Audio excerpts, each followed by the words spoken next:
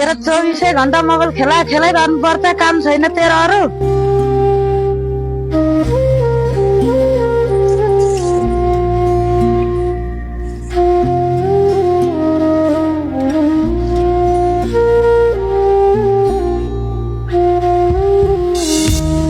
भात खाना आइज,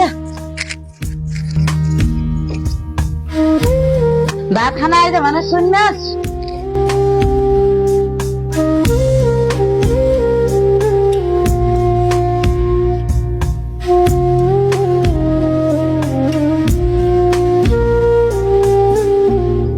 जतिखेर काम दाम केही छैन, मोबाइल चलाएको चला, यस्ता छोराछोरी हुनुभन्दा त निस्केर गइदिए नि हुन्थ्यो।